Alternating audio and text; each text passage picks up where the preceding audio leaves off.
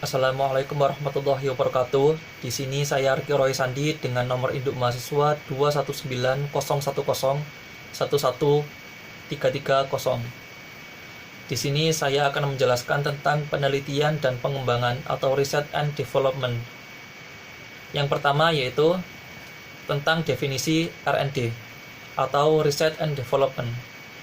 Yang pertama adalah Borg dan Gale di tahun 1983 mendefinisikan bahwasanya penelitian pengembangan itu sebagai proses yang digunakan untuk mengembangkan dan mengvalidasi produk pendidikan. Jadi pada definisi Borg dan Gale ini hanya mengkhususkan bahwasanya penelitian dan pengembangan itu digunakan untuk produk-produk pembelajaran. Yang kedua, Gay di tahun 1990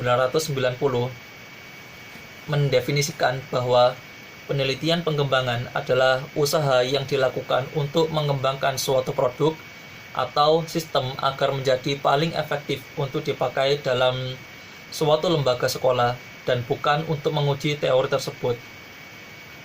Dari definisi Gay ini menjelaskan bahwasanya R&D ini adalah sebuah usaha untuk mengembangkan produk atau sistem tapi tidak menitik beratkan kepada teori. Yang ketiga, Van den Acker dan Plom di tahun 1993. Di sini beliau menjelaskan bahwasanya pengembangan itu dikelompokkan menjadi dua tujuan, yaitu pengembangan prototipe produk dan perumusan saran yang metodologis untuk mendesain serta mengevaluasi prototipe dari produk tersebut. Kemudian selanjutnya adalah jenis-jenis penelitian. Jenis-jenis penelitian ini dibagi berdasarkan 5 kategori. Yang pertama adalah kategori keilmuannya, yang kedua kategori tujuan, yang ketiga adalah kategori tingkat eksplanasi, yang keempat kategori metode, dan yang kelima adalah kurun waktu. Yang pertama adalah jenis-jenis penelitian yang terbagi berdasarkan keilmuannya. Ini terbagi menjadi 3 jenis. Yang pertama adalah penelitian akademis, yang kedua penelitian profesional, dan yang ketiga adalah penelitian institusional. Kemudian yang kedua adalah berdasarkan tujuannya. Penelitian ini dibagi menjadi 2. Yang pertama adalah penelitian murni dan yang kedua adalah penelitian terapan. Kemudian yang ketiga, berdasarkan tingkat eksplanasinya, penelitian ini dibagi menjadi 3.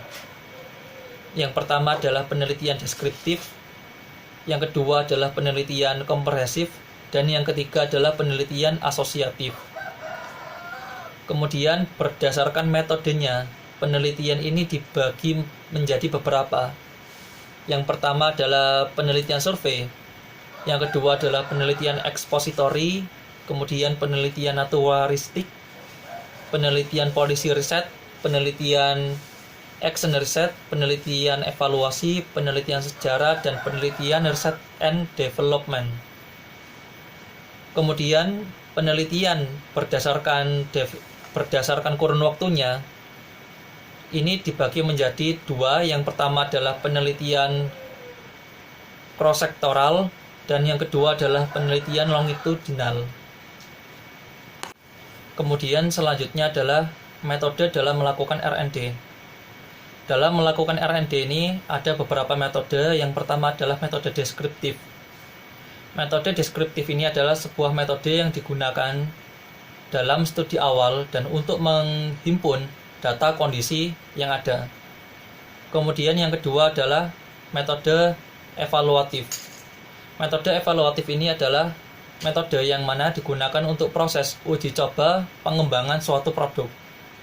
Kemudian yang ketiga adalah metode eksperimen, yang mana metode eksperimen ini digunakan untuk menguji coba produk yang akan dihasilkan. Kemudian selanjutnya adalah tujuan dari R&D. Tujuan dari R&D antara lain yaitu yang pertama untuk memecahkan suatu masalah. Jadi sebelum kita melakukan penelitian, kita harus tahu terlebih dahulu masalah apa yang harus kita selesaikan.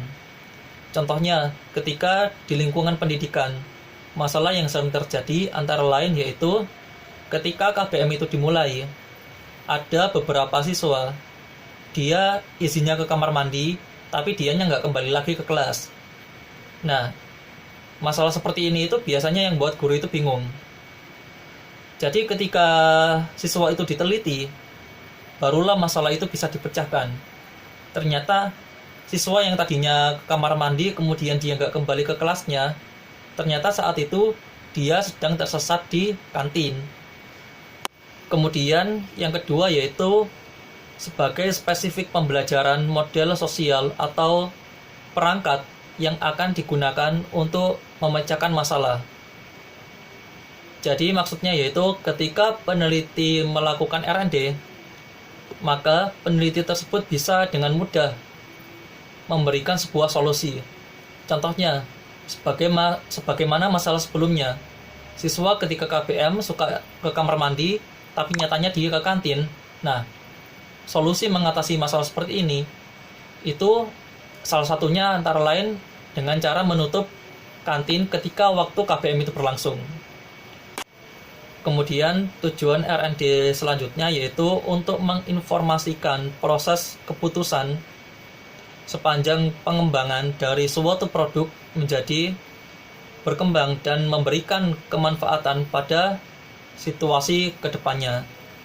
Jadi seperti itu. Mungkin cukup sekian penjelasan dari saya tentang penelitian dan pengembangan atau research and development, atau juga yang biasa disebut dengan R&D. Mungkin bila mana ada salah kata dari saya mohon maaf sebesar-besarnya. Wallahul muwaffiq ila aqwamit thoriq. Wassalamualaikum warahmatullahi wabarakatuh.